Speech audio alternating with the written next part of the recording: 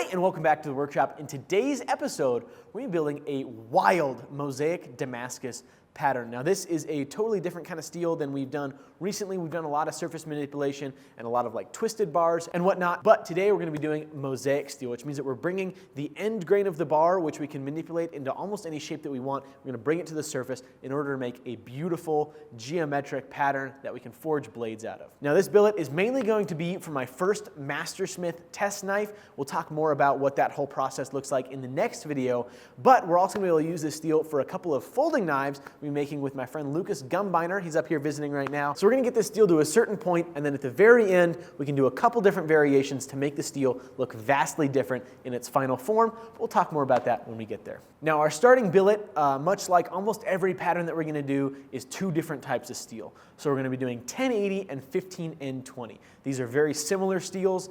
They're both right around the 0.8% carbon range, which means that they're going to heat treat very similar. So like most billets at Damascus, we're going to start off with two different types of steel, stacking them up in alternating layers. 1080 is a very simple high carbon steel. It's a good performing steel, very middle of the road, very easy to work with. And 15N20 is very similar, but it has the addition of nickel in there, which means that when we acid etch it at the very end, it brings out the pattern because the nickel does not get eaten away by the ferric chloride that we use, but the 1080 does, and so we can show exactly what we've been doing the whole way along. Today's episode is sponsored by BetterHelp, which is extremely fitting because as I'm on the personal journey of becoming a master craftsman, trying to hone my skills to be as good as possible, it's kind of what the journey of mental health is like. No one is born with perfect mental health. Now, there's lots of reasons why you might need to talk to someone. An especially prevalent one during this season, the long winter months just kind of bring feelings of loneliness and isolation, which is not fun. But being able to find someone who understands your personality, who maybe has similar beliefs to you, whether you're a Christian and you believe that Christ is king, or whether you are some other religion, it doesn't matter. Being able to find someone that understands your personal faith and values is extremely important. That's something that BetterHelp does a great job at providing. Finding someone that is able to resonate with your personal worldview is going to mean that they're going to have a much better understanding of how to help you out as opposed to someone who has a diametrically opposed worldview. So whether you're dealing with seasonal depression or a personal crisis, or you just need someone to talk to, BetterHelp makes that therapy extremely easy and convenient. And if you find someone who you're not liking, it's really easy to change therapists at no cost, which I think is an incredibly important thing. For those interested, you can use code WillStelter for 10% off your first month when you use the link in the description down below. Thank you so much for BetterHelp for sponsoring and supporting this channel and for providing a platform that aligns with our faiths and beliefs. With that, let's hop back on into mastering the art of smithing. Now, our first step is going to be laying down a couple of MIG beads on the corners of the billet so that when we put it in the fire to forge weld it, it doesn't come apart. We're going to put it into a 2200 degree fire, and since steel expands when it gets hot, we need to have something to hold it together, and welding is by far the easiest way to do that. Forge welding happens when you combine heat and pressure into a piece of steel. You can do it with other materials too, but we're doing it with our steel today, and it means the different pieces of steel completely homogenize along the way, which allows us to be able to build a beautiful and very strong blade down the road. I'm using my 25-ton Cole Ironworks hydraulic forging press to squish these layers together. 25 tons is 50,000 pounds of pressure, and you combine it into a very small surface area. You take little bites, you can really move a lot of material very quickly. The dies that I'm using are combo flat and rounding dies, and the rounding dies allow me to squish that material, kind of squirts it out like a tube of toothpaste. Whereas the flat dies can kind of squish out in all directions, and so I use the rounding dies for moving the material quickly and the flat dies for flattening things out. Now we're trying to build a very specific mosaic pattern. So we started off with our billet of 13 different layers, but we also need to have some 1080, that dark steel, to fill in a couple parts of the pattern. So we forged down a 1-inch bar into some 5/8-inch square bars, which we'll then use to fill in the corners of our bar for the next stack up. In between each of our forge welds, we need to go through the process of cleaning up the steel. You can do this in a couple different ways. You can use acid, you can grind it with an angle grinder, you can use a belt grinder, you can use a disc sander, but we are going to be using my surface grinder. This is an old machine tool that I converted to be able to run 2x72 belts, which are the same belts that my belt grinder runs. And so we're going to be using a 36 grit belt. This thing gets stuff exactly dead flat, which is really nice. and you can hog off material very quickly with it, which makes it just a fantastic machine for trying to do clean Damascus pattern welding. This is a machine that we will use in between every single weld cycle, and it'll really help us have good pattern control, making sure that the geometric patterns that we're shooting for are clean and square and fit together nicely. And it'll help us get better forge welds as well to have clean, tight, airless fit-ups in between them. This is going to be the major building block for our pattern. We're going to rip half of our billet in half so we can stack it up in a little bit of a crossways. So we'll have 1/2-inch square stock 1080 in the corners, and then a cross of our 13-layer billet in the middle with one more layer of 1080 on the outside. That will allow us to have what looks like a woven pattern as we continue to develop this pattern. So we got a little bit of an issue. That billet started to pop open on the left-hand side. Not a good thing. So we're gonna swap out the squaring dies for the flat dies to get that side stuck down, and we'll give it a quick flip back and forth in the flat dies, and then we'll go to our squaring dies for our second heat.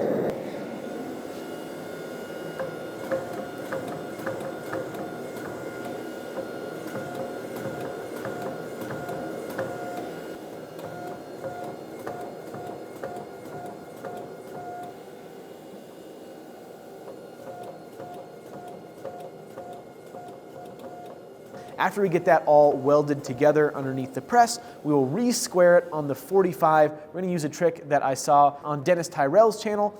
Using squaring dies on the bottom and flat dies on the top allows us to get a perfect re-square, which is really important for tightly controlling this mosaic pattern. Now, while that squaring die trick works well, we had to fight it because it was ending up bananaing the giant billet back and forth very aggressively, but we got it squared up and completely re-squared, which means that we transitioned from what was the corners, those became the flat square edges, and what was the flat edges became the corners. This does something very interesting to the pattern. After we got the billet cooled down and cleaned up, you can see what that did to it. It made an X shape in the center of the bar. So it was a cross before, and now it's an X, and this is the integral building block for the pattern that we're going for. So we've got our 1080 on all four sides and our layered billet going in the corners. This is a 2-inch by 3/4 inch bar. The reason why we went to 2 inches is because I have a bunch of 2-inch 1080 that we're now going to stack up on the outside to add even more dark steel into the pattern, because now we can re-square one more time and we bring that back to where the X is going corner to corner,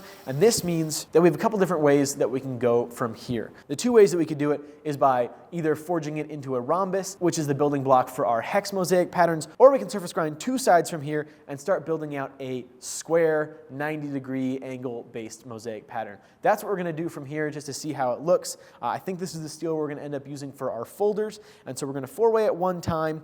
This is something you have to be careful, because as you're squishing down from one side, the welds want to blow out on the other side because you're putting pressure against the weld. So we want to be nice and light as we slowly massage this thing together.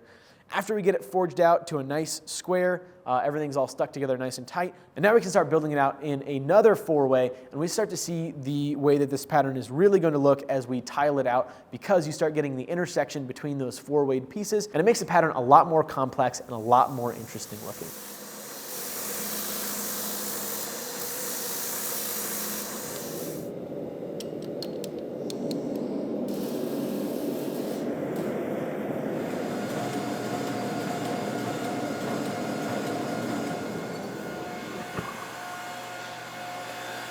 Now Lucas did one more re-square for his pattern than I did for mine, which you can see it crushed that black 1080 corners into the inside, and it makes his look a little bit more floral. It'll be really interesting to see the difference between these two patterns as they play out with just one little change. Same amount of material, same dimensions, all that stuff, just one little manipulation change. The last pattern refining process that we decided to do was not a 4-way weld like we had done the 2 times previously, but a 2-way weld. We basically just surface ground one side of each bar, slapped it side by side, and re-welded it back together. The reason that we did this rather than a 4-way was because the pattern was getting nice and fine, and if we had done one more 4-way, I think that it would have been too fine.